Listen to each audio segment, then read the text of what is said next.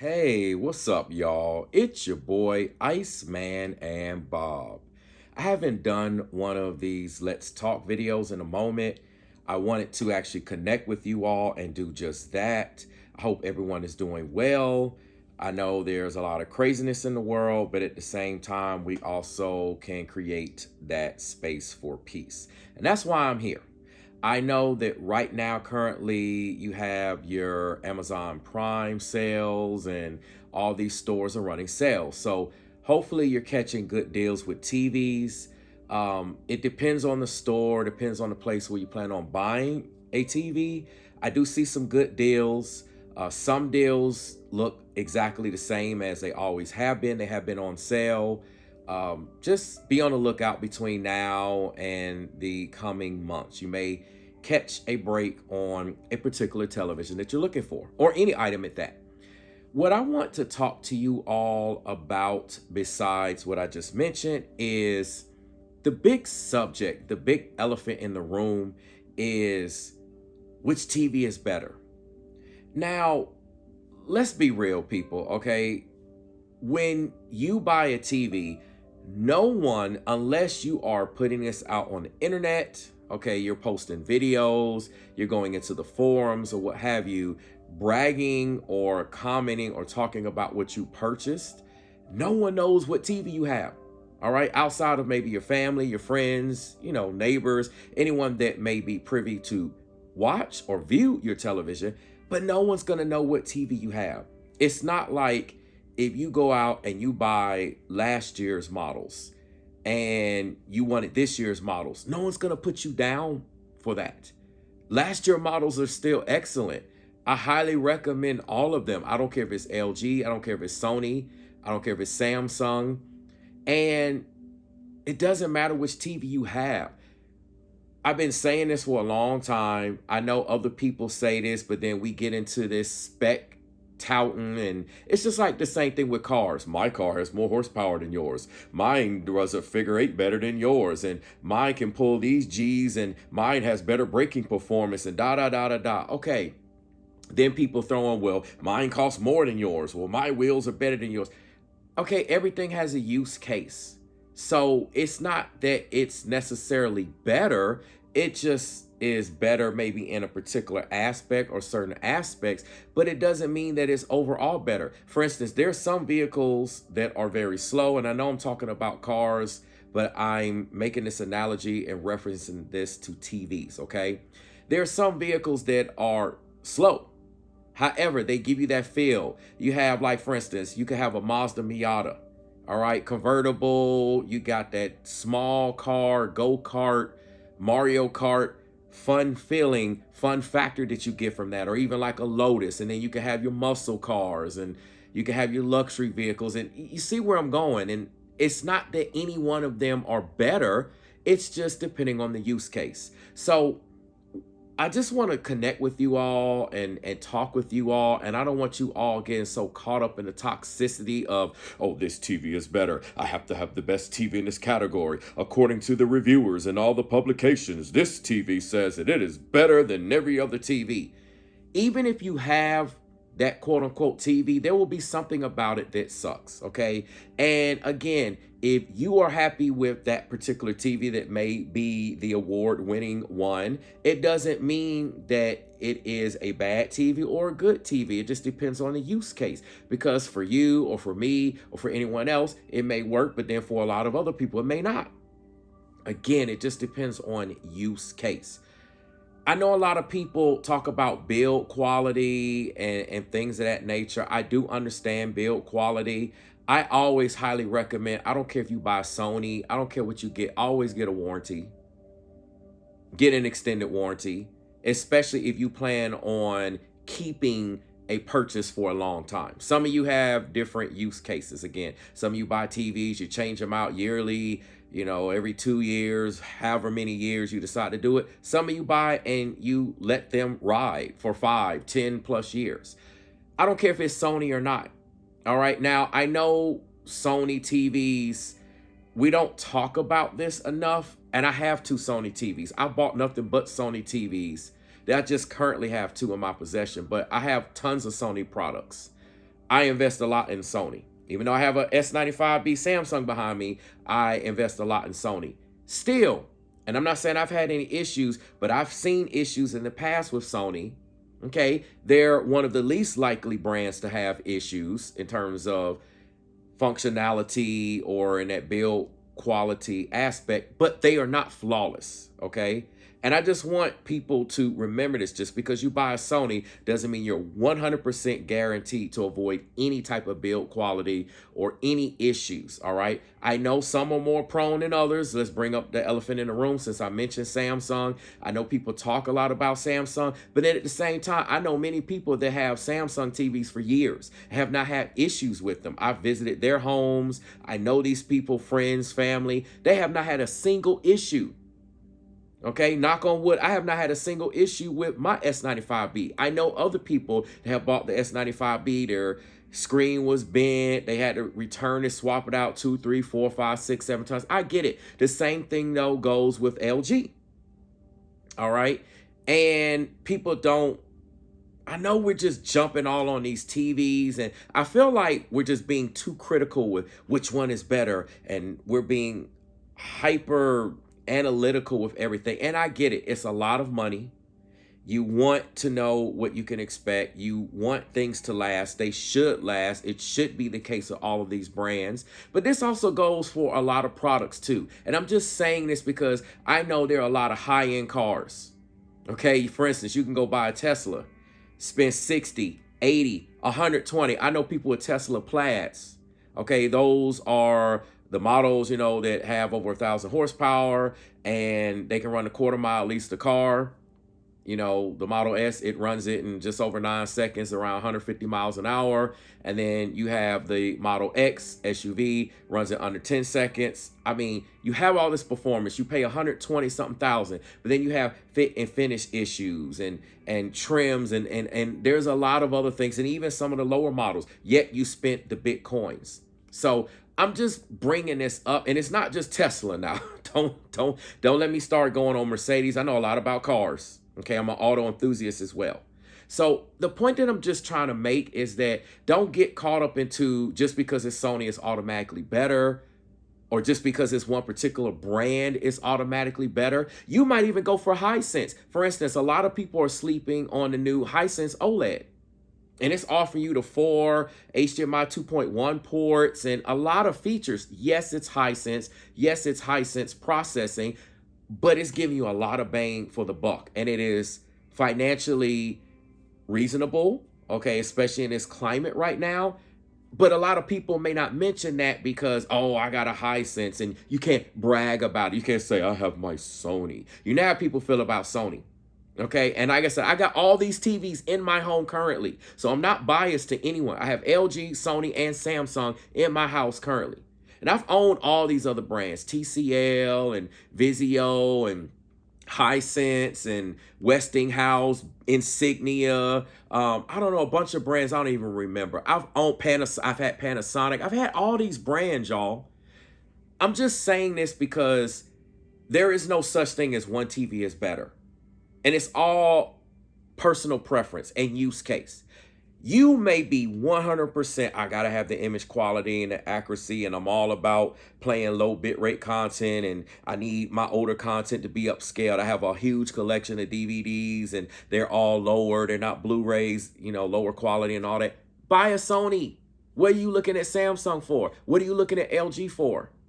Buy a Sony just for that use case, okay? Somebody else might just be a straight up gamer. Go buy you an LG or go buy you a Samsung. If you want a mixture of things, obviously you can look to whatever brand you want. But the point that I'm trying to make is there's no such thing as one brand. It's just automatically better. All right. And I know we're seeing reviews. We're seeing HDTV Test put out reviews and things of that nature, especially when it comes to the S95B and the A95K, or A95K versus S95B, depending on which one you want to say first. There's pros and cons to both. And we need to do more testing. I've talked about this with many people in AVS forums. There's some things that we're questioning, we want to see. We know that people like Vincent get cherry picked models. I've heard all types of rumors. I don't know if these things are true. I heard one person mention they have a connection with someone with Sony, that there's been like a 60 or 70% failure rate with the A95K, and that's why there hasn't been a release of the A95K, or they're just now getting around to releasing them. I don't know if that's true or not, okay? And so don't hold me to that, and don't say that I'm saying that's word is bond. But I do know we need to do more testing with all these TVs.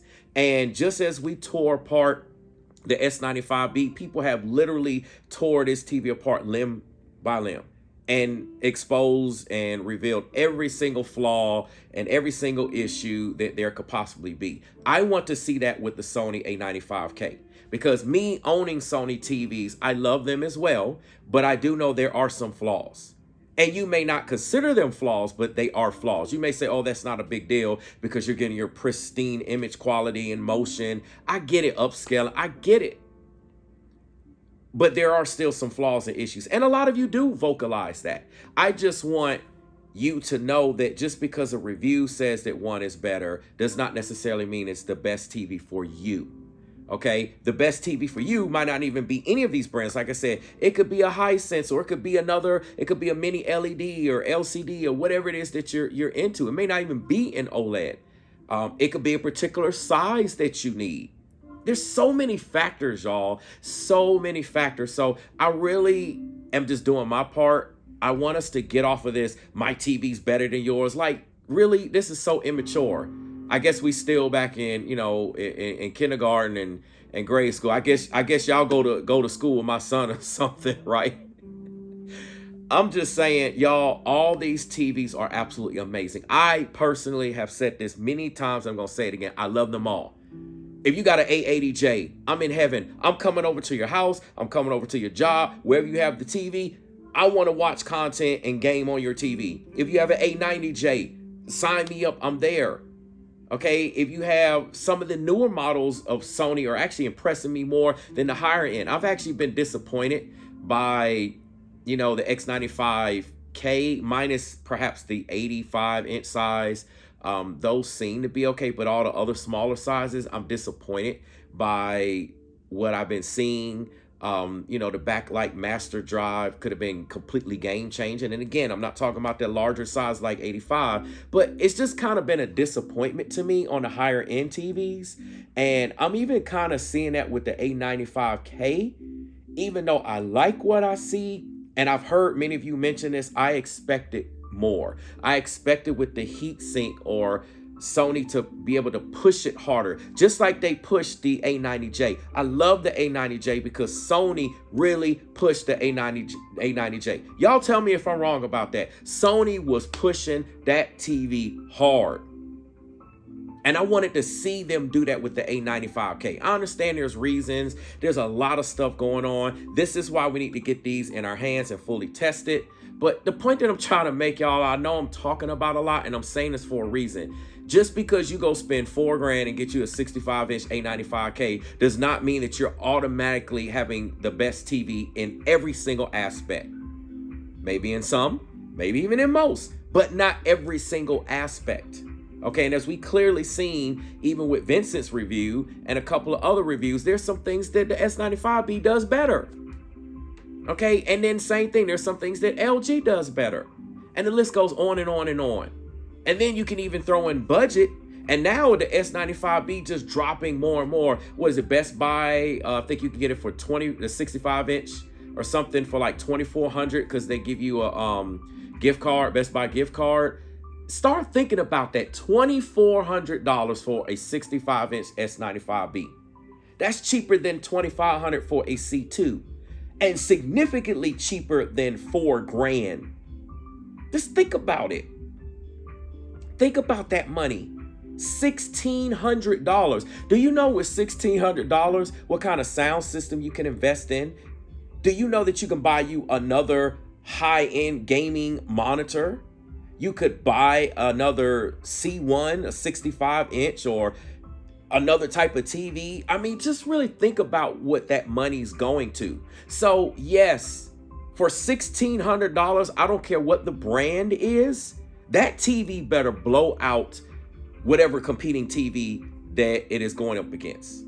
And right now, I'm not seeing a blowout. I'm seeing some aspects where the A95K is better, but it's not a massacre. And I've been saying this for months, but nobody wanted to hear me because I'm a little small channel and people are like, I don't know what I'm talking about. I've been saying this for months. Go look in all the comments of all the big TV reviewers out there, and you will see I've been saying this. The S95B and the A95K are literally neck and neck. They are closer than most people think. And a lot of the issues, though, there are issues, okay, they're not what you're going to encounter in most situations. Like even that dimming issue with this S95B, I rarely encounter it in most content.